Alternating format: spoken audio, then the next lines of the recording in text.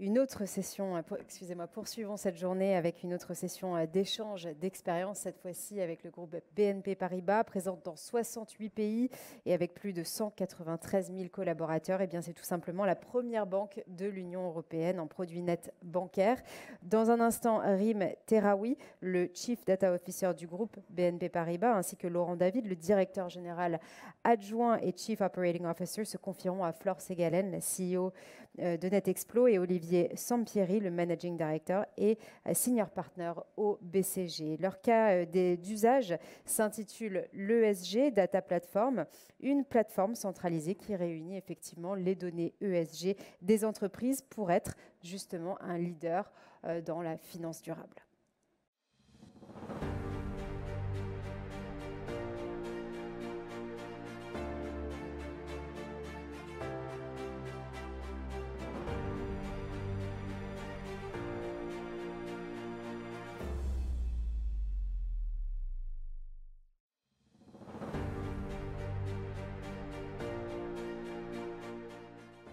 Dans le cadre d'une cohorte de 40 managers et experts qui participaient à une formation à Cambridge sur le leadership durable, nous avons rapidement réalisé que, quels que soient les métiers du groupe, nous avions des besoins convergents en matière de données ESG. Nous avons donc choisi de travailler ensemble, dans le cadre de nos ateliers, pour conceptualiser et définir les jalons d'une plateforme de données ESG unique pour l'ensemble du groupe. Cela passait par la mutualisation des contrats d'achat de données, au partage des dites données pour des cas d'utilisation similaires, à une interface de visualisation commune. Nous avions le pitch, restait maintenant à le mettre en exécution.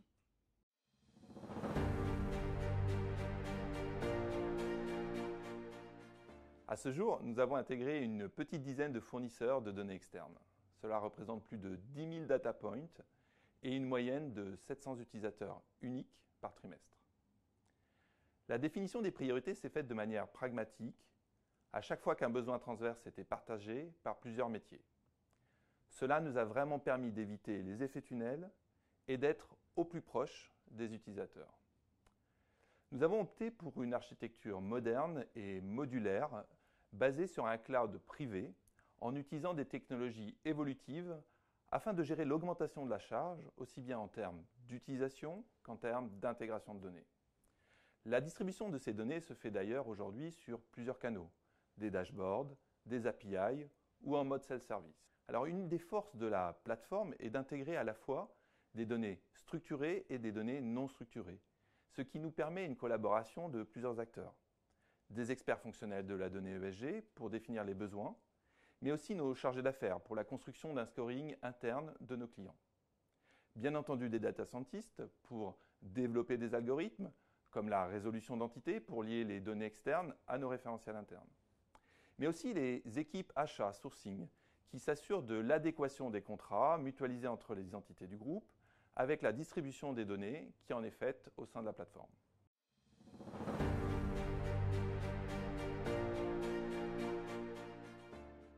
Nos besoins sont très larges, que ce soit pour accompagner nos clients dans le cadre d'émissions obligataires vertes, pour proposer des financements à impact, dont la marge peut être conditionnée à l'atteinte d'objectifs ESG, ou pour mieux comprendre et mesurer l'impact environnemental et social de notre portefeuille, afin de nous aligner sur une trajectoire net zéro d'ici 2050.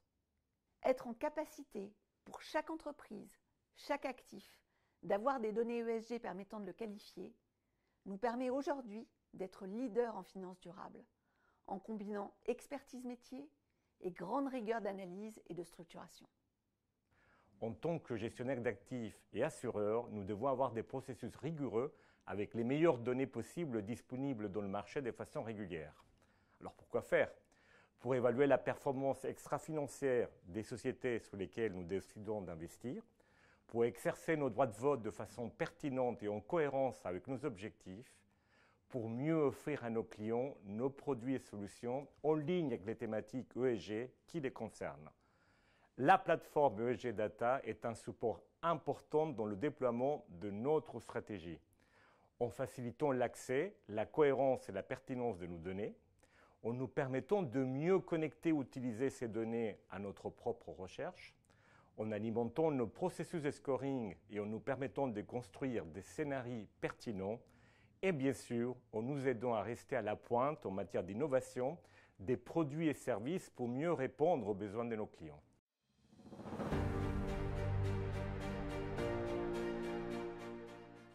La plateforme permet la mutualisation, non seulement des coûts et des efforts, mais aussi des expertises métiers.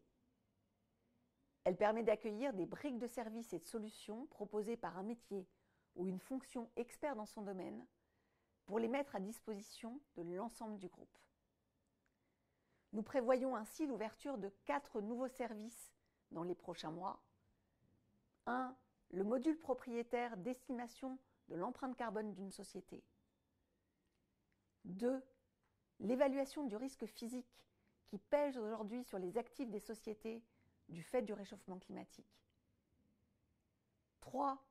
La fourniture de données nécessaires au calcul des scénarios d'analyse climatique, aussi appelés les stress tests. Et 4. Dans le cadre de notre partenariat avec l'initiative OS Climate, la mise à disposition d'outils communs et partagés pour traiter les données ESG, les Data Commons, avec la communauté des membres et contributeurs open source impliqués.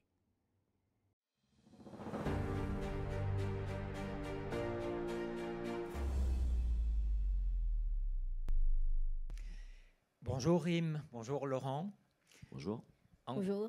En quoi le cas d'usage que nous venons de voir est-il emblématique de la stratégie data de BNP Paribas en matière d'ESG ? Alors peut-être avant de commenter sur l'aspect ESG plus particulièrement, je souhaiterais souligner que ce cas d'usage est d'abord emblématique de notre stratégie data de façon générale, puisqu'il en illustre un grand nombre des principes porteurs. Par exemple, le fait d'avoir une acquisition rationalisée des données pour l'ensemble des entités du groupe, facilitées par des techniques d'IA, des algorithmes de NLP, des algorithmes de machine. Le fait d'avoir embarqué les principes de data management by design dès l'origine du projet, ce qui nous permet, comme le disait Constance, de mettre à disposition une donnée gouvernée et fiable. Une architecture très distributive, comme ça a été illustré dans la vidéo, permettant une consommation très fluide et très simple de la data via des API, via du self-service, car on a beaucoup œuvré à essayer de démocratiser l'usage des outils de data visualisation au sein du groupe, et un concept de plateforme, donc une plateforme qui accueille non seulement la donnée, mais aussi des services à valeur ajoutée autour de la donnée, par exemple notre modèle propriétaire d'évaluation des profils ESG des clients. Voilà. Et le tout tiré par des besoins et des usages très concrets, très métiers, allant de l'accompagnement des clients dans leur stratégie de transition jusqu'à la conception de produits d'épargne et de retraite et en passant par le pilotage du portefeuille. Et j'ajouterais peut-être que, ou plutôt déjà pour revenir sur le sujet de l'ESG, comme vous l'avez compris, c'est un enjeu absolument stratégique pour nous, avec des engagements très très forts pris en matière de climat, en matière de biodiversité, de lutte contre la déforestation, et dont la mise en œuvre quelque part opérationnelle passe nécessairement par une intégration de plus en plus systématique des facteurs ESG dans les processus de décision. Donc il était vraiment impératif pour nous quelque part de faire en sorte que ces données ESG irrigue toute l'infrastructure technique qui sous-tend ces processus de décision ainsi que les filières de reporting. Voilà, l'enjeu, c'est vraiment que demain, toute l'expertise que la banque a développée en matière de gestion économique, et donc au sens très financier du terme, soit dupliquée quelque part grâce et via ces données ESG pour développer le même type de compétences en termes de gestion extra-financière. Donc c'est un vrai changement de paradigme, c'est complexe.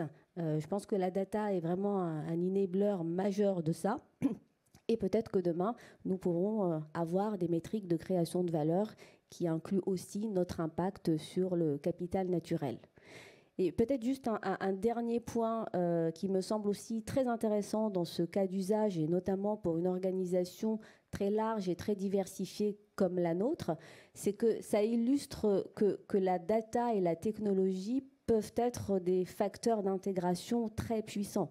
Je pense que c'est ce que Constance a très bien expliqué en disant qu'au-delà de pooler des data et des briques de services autour de la data, finalement, ce sont aussi des expertises métiers qu'on a désilotées, qu'on a apportées à la plateforme et qui, du coup, en fait, contribuent et sont mis à la disposition de l'ensemble des entités du groupe, que ce soit indirectement via la contribution au design de la plateforme ou directement en apportant leurs propres briques de service. Par exemple, notre division d'asset management qui a apporté un modèle d'estimation des émissions carbone. Merci. Et pourtant, la data, elle est consubstantielle du métier de la banque depuis toujours. Donc, c'est une question pour Laurent. En quoi la politique data aujourd'hui chez BNP Paribas diffère de celle peut-être d'hier et d'avant-hier? La data, c'est consubstantiel du métier de la banque. Oui, la banque, c'est de l'informatique, c'est du traitement de données, c'est notre plus gros poste de dépenses et c'est le principal vecteur, au-delà de la qualité de la relation que nous entretenons avec les clients, qui nous permet de progresser et de faire du business. Alors, je crois que notre politique data, elle est finalement d'essence assez récente. Elle est née de convictions internes, elle est née aussi de facteurs exogènes, comme souvent dans notre métier, quand le régulateur nous impose, par exemple, par la réalisation régulière de stress tests de plus en plus compliqués, il nous impose d'avoir un set de data de qualité pour qu'on puisse le triturer, pour qu'on puisse faire toutes les simulations qu'il nous demande, et sans cela, on n'est pas capable de répondre aux exigences réglementaires. Et dans notre métier, qui est un métier très régulé, ne pas être capable de faire face aux exigences réglementaires, c'est très très grave. Voilà. Donc, elle est d'essence assez récente. Je crois qu'on peut, par exemple, situer la création de la fonction de RIM il y a 5 ans. 2 ans et demi. Non, oui, mais on avait commencé avant. Voilà. Alors, on est dans un groupe extraordinairement diversifié. C'était dit en introduction, près de 200 000 personnes, 68 pays. Mais au-delà de ça, une organisation qui repose beaucoup sur une vingtaine de métiers qui sont tous très différents les uns des autres. Les salariés qui sont dans l'agence un peu plus loin, rue de Grenelle, sont des salariés de BNP Paribas. Les opérateurs de marché qui sont à New York ou à Hong Kong sont des salariés de BNP Paribas. Ils font des métiers très différents les uns des autres. Et donc cette organisation, elle est appuyée, elle s'appuie sur le dynamisme des métiers. Et pour autant, la data, c'est un patrimoine largement commun, parce que chacun de nos clients, que ce soit une grande entreprise ou que ce soit un particulier, est en relation, de fait, avec plusieurs métiers de la banque. Alors, cette stratégie, elle s'appuie sur des convictions que RIM a rappelées, qui ne sont pas très différentes de celles qui étaient rappelées dans l'exposé précédent. Donc, une data de qualité et d'intégrité contrôlée, vérifiée et constamment améliorée. Une data dont le partage entre ces différents utilisateurs est de plus en plus facilité, et une data qui crée de la valeur. Voilà. Donc, créer de la valeur, ce n'est pas uniquement répondre aux exigences du régulateur, c'est aussi définir tout un set de cas d'usage pour lesquels nous sommes convaincus qu'une utilisation plus approfondie, plus réactive de la data va nous permettre d'améliorer notre performance, qu'elle soit commerciale, opérationnelle ou en matière de gestion des risques. Ces convictions-là, elles sont partagées dans cet univers, je ne dirais pas siloté, mais je dirais composé de tous ces métiers diversifiés. Et en matière d'organisation, cela nous a conduit à créer une volonté centrale, un discours commun, une équipe flexible et de taille tout à fait contenue d'ambassadeurs, d'apôtres de ce discours, et la reproduction de ce modèle d'organisation dans chacun des métiers, en s'appuyant et en pariant sur l'émergence d'un effet réseau entre tous ces acteurs que RIM a parfaitement réussi à faire. Donc aujourd'hui, on a une communauté d'ambassadeurs de la data et autour d'eux une communauté d'utilisateurs de la data qui sont de plus en plus larges et qui répondent à des règles qu'on espère, qu'on met toujours en avant de la manière la plus pragmatique possible.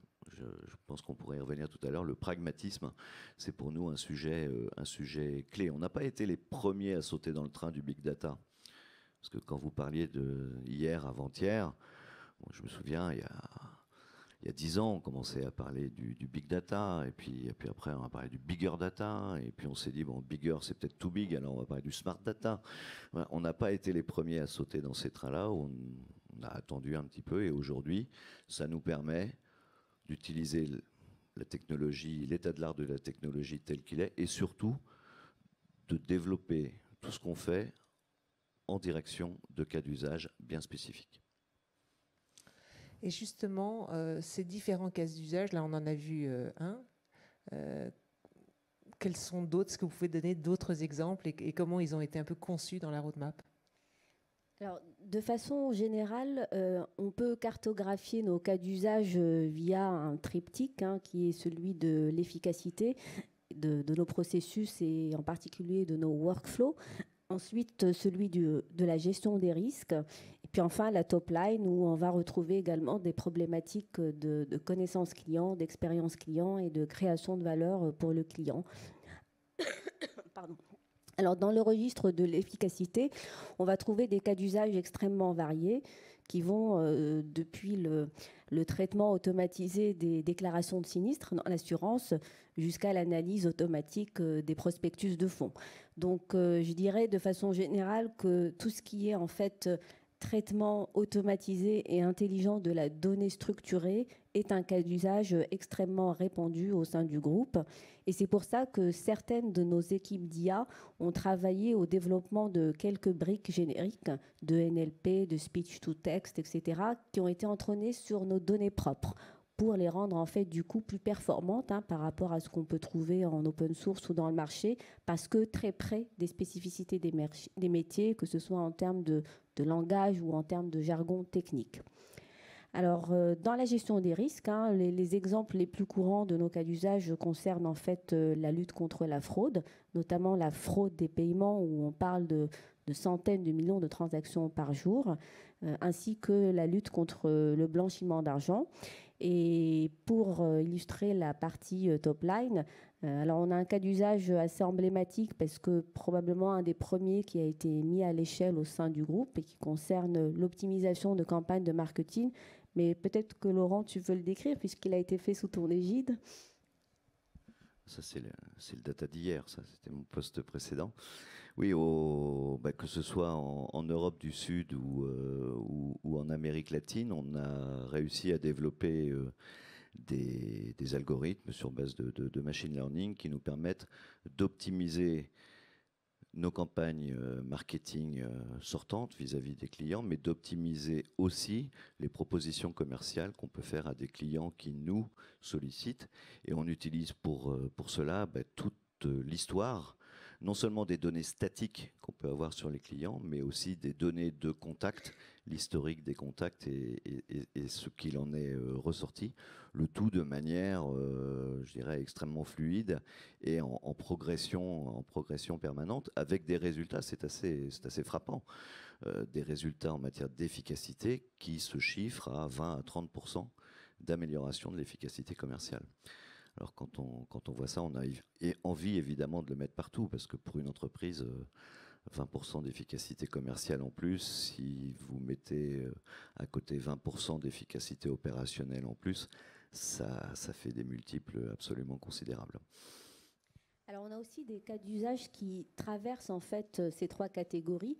Donc, typiquement, tout ce qui va concerner l'octroi de crédit, qui est quand même le cœur du réacteur, où on va avoir à la fois des dimensions de risque, des dimensions de pricing et des dimensions d'amélioration de l'expérience client via l'instantanéité de la décision. Et puis, on a quelques cas d'usage un peu plus inattendus, par exemple l'utilisation de l'IoT par nos équipes de leasing pour aider les clients à optimiser leur parc d'imprimantes ou leur parc d'automobiles.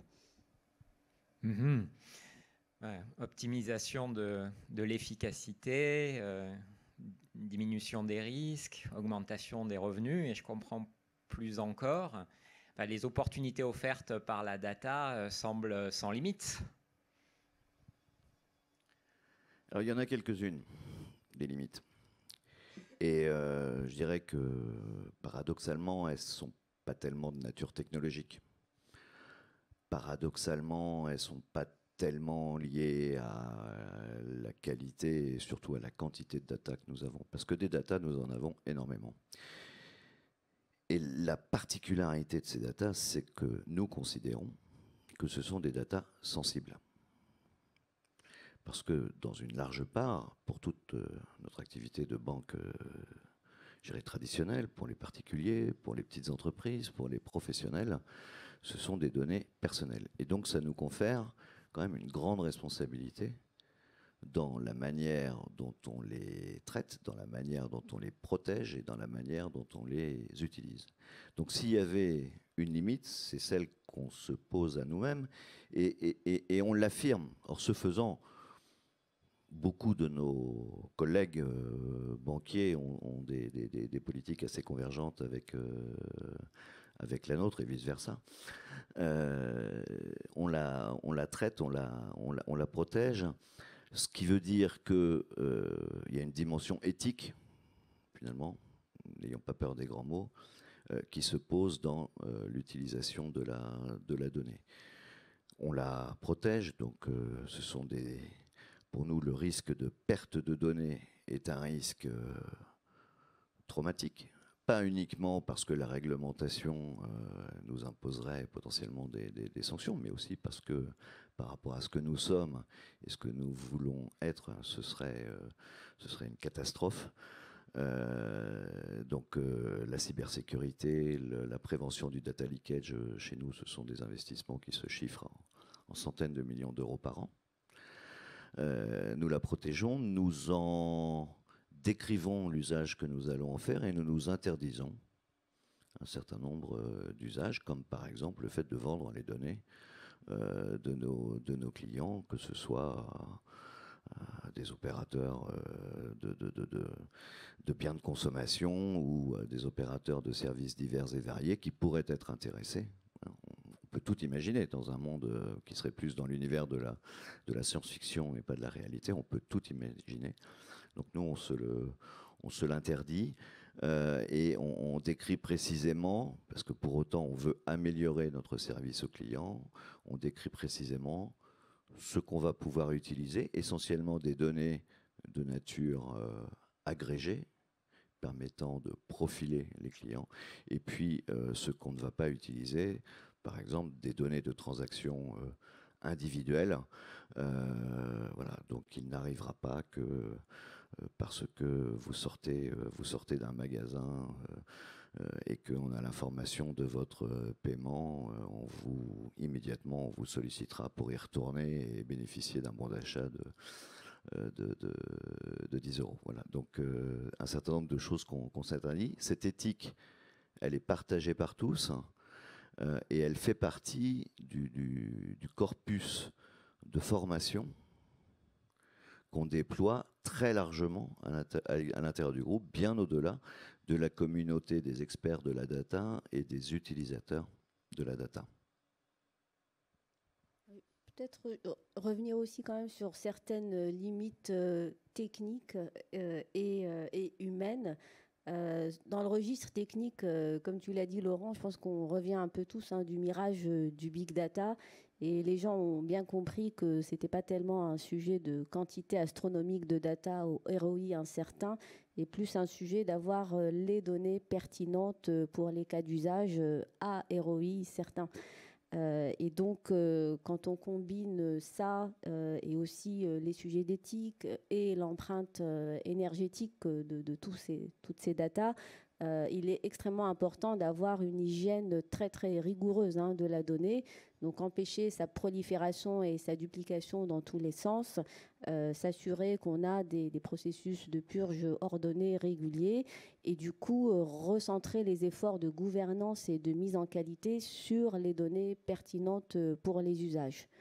Et dans le registre humain, vous savez, il a été largement établi maintenant hein, que la relation entre volume et valeur de l'information et donc de la data, c'est une courbe en cloche. Donc au bout d'un moment, bah, le rendement il devient décroissant.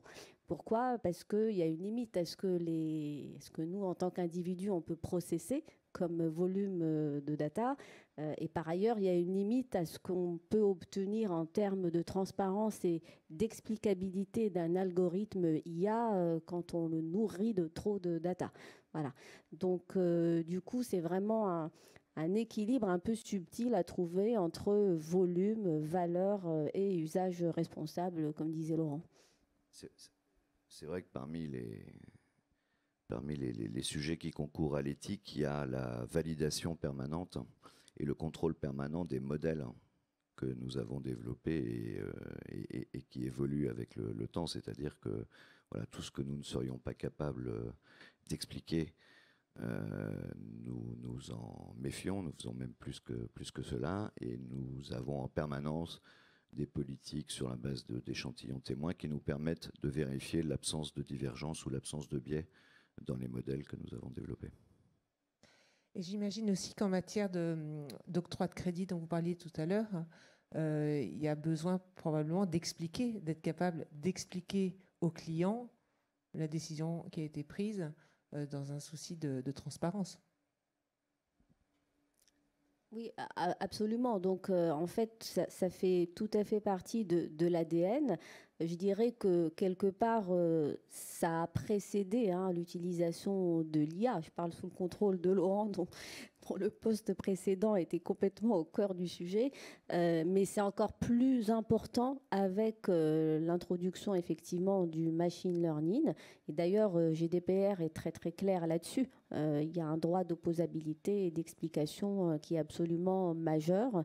Et donc, concrètement, ce qu'on est en train de faire sur ces sujets-là, c'est que non seulement, en fait, on forme les opérateurs et on forme les data scientists sur ces problématiques, mais on essaye d'industrialiser quelque part l'explicabilité des algorithmes d'IA. Donc, ça fait vraiment partie maintenant du design.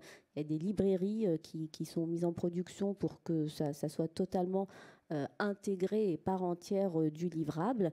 Et puis surtout, on s'assure au moment aussi de la conception que les utilisateurs comprennent finalement de façon transparente qu'est-ce qui drive une décision sortie par un algorithme de machine learning. Et garder ce facteur humain un peu au centre du processus, c'est absolument clé. Merci beaucoup. C'est à la fois impressionnant et rassurant.